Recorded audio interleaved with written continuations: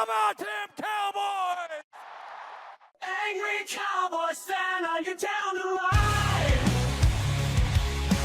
Angry Cowboys Fan, are you down to ride?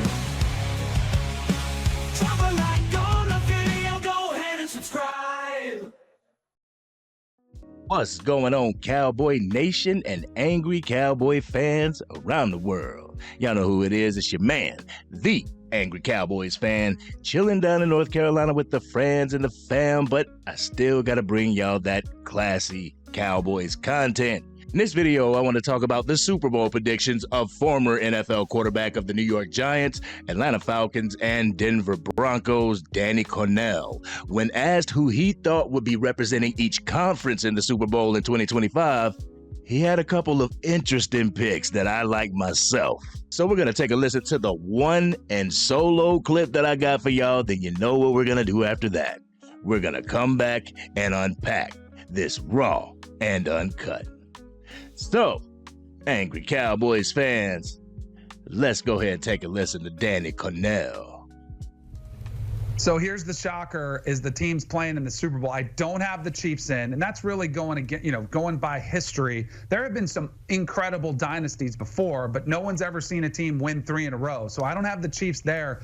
I've got the Ravens beating the Dallas Cowboys in the Super Bowl. I am a believer in Dak Prescott. There's so much pressure on him, the inability to win that playoff game. He still has been phenomenal in the postseason, and I thought the loss to Green Bay was bad, but I think he gets over that hump this year. They were 12-5 last year. I think they could tend to have that #1 seed and home field throughout the playoffs and finally punch through and get there, but I do have them going down to the Baltimore Ravens. I thought the Derrick Henry signing was huge for the Ravens. Lamar Jackson, two MVPs. The one question people want from him to kind of define his legacy is some postseason success.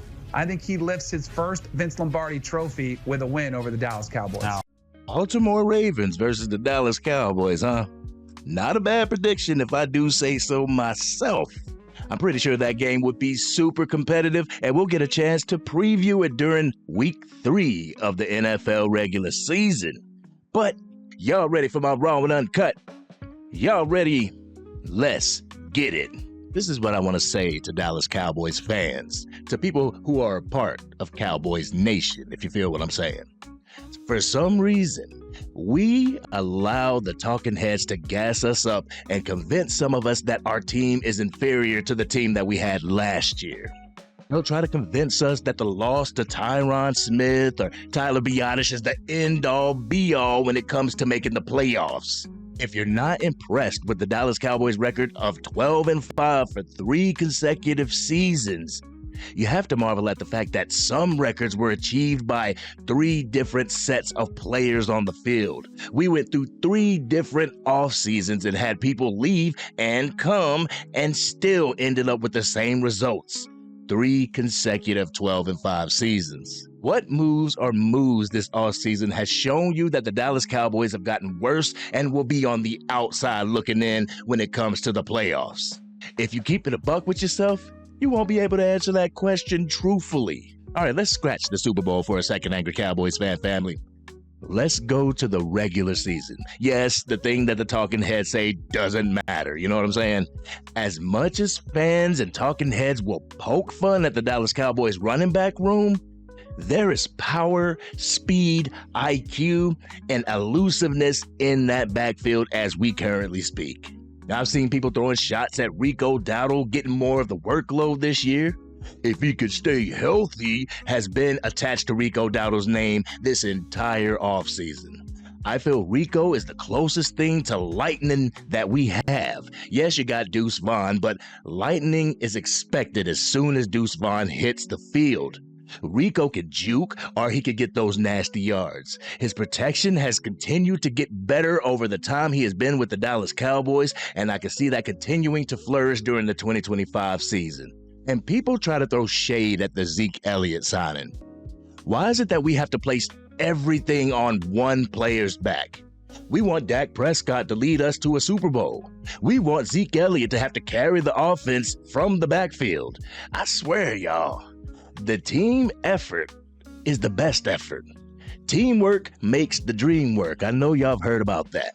This year, the running back room will be working as a team. This is not just the way of the Dallas Cowboys.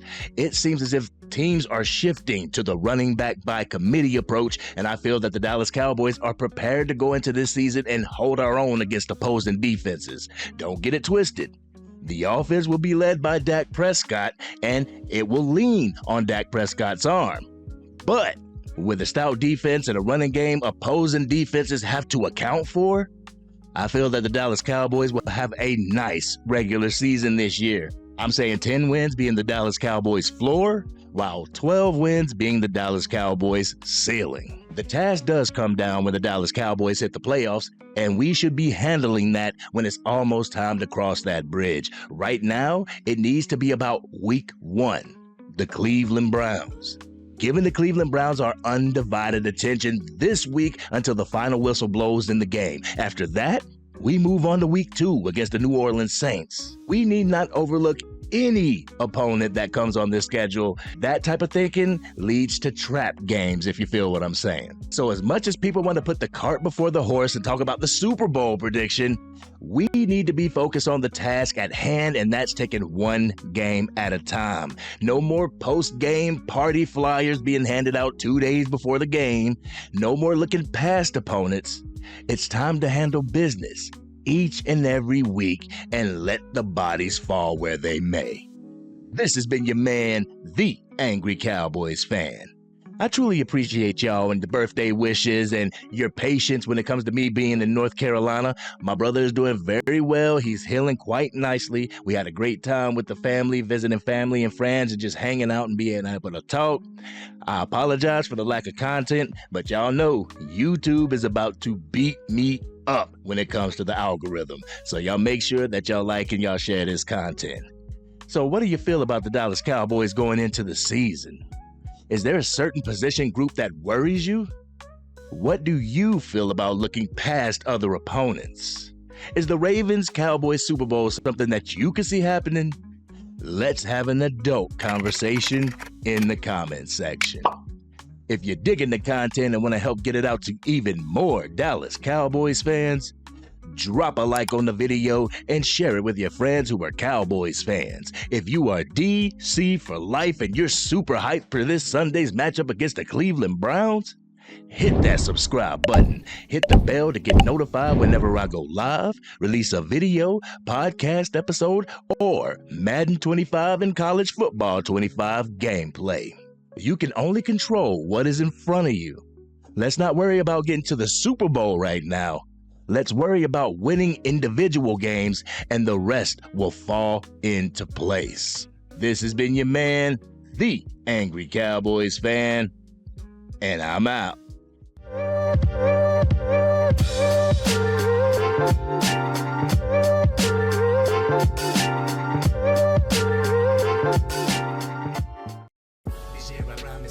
Dang, Angry Cowboys fan, you done made it through the entire video.